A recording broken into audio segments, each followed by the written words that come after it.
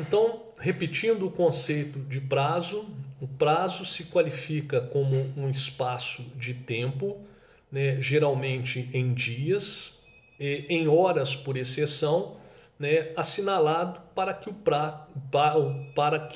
o ato processual ele seja validamente praticado, né, evitando a eternização do processo. Prestem muita atenção no que eu vou falar agora. Ele é delimitado por dois termos: o termo inicial, ou dies a quo, e o termo final, ou dies ad quem.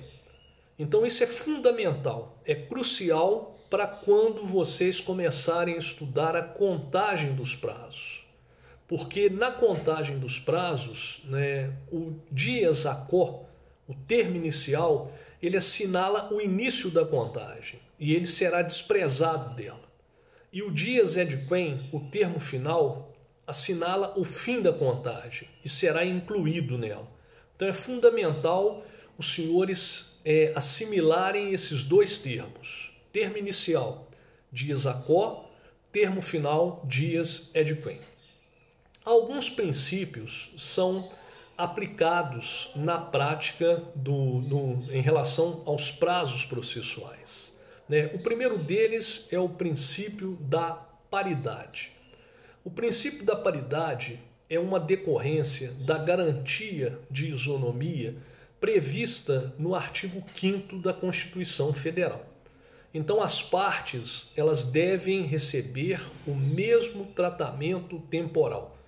Então o tratamento temporal deve ser uniforme para as partes. Agora existem exceções. Artigo 180, Ministério Público. Artigo 183, Fazenda Pública. Artigo 186, Defensoria Pública.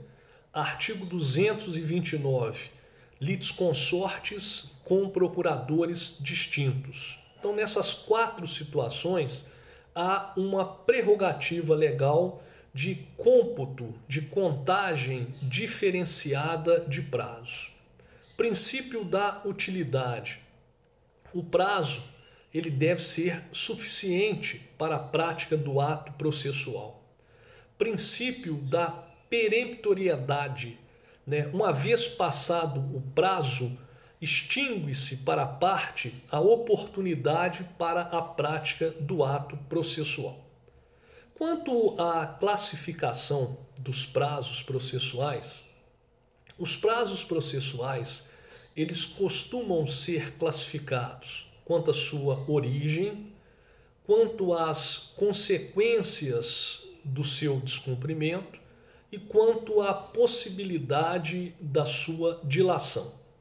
Quanto à sua origem, né, os prazos processuais classificam-se em legais ou judiciais. Legais se constituem na maioria dos prazos processuais. São prazos estabelecidos previamente pelo legislador na lei. Eu quero esclarecer para os senhores que não é somente o CPC que estabelece prazos, como por exemplo, artigo 335. Ele assinala o prazo de 15 dias para o oferecimento da contestação por parte do réu. Outros diplomas legais também assinalam prazos para a prática de atos. Por exemplo, artigo 42 da Lei 9.099 de 95. Ele estabelece o prazo de 10 dias para a interposição do recurso inominado contra a sentença proferida no âmbito dos juizados especiais.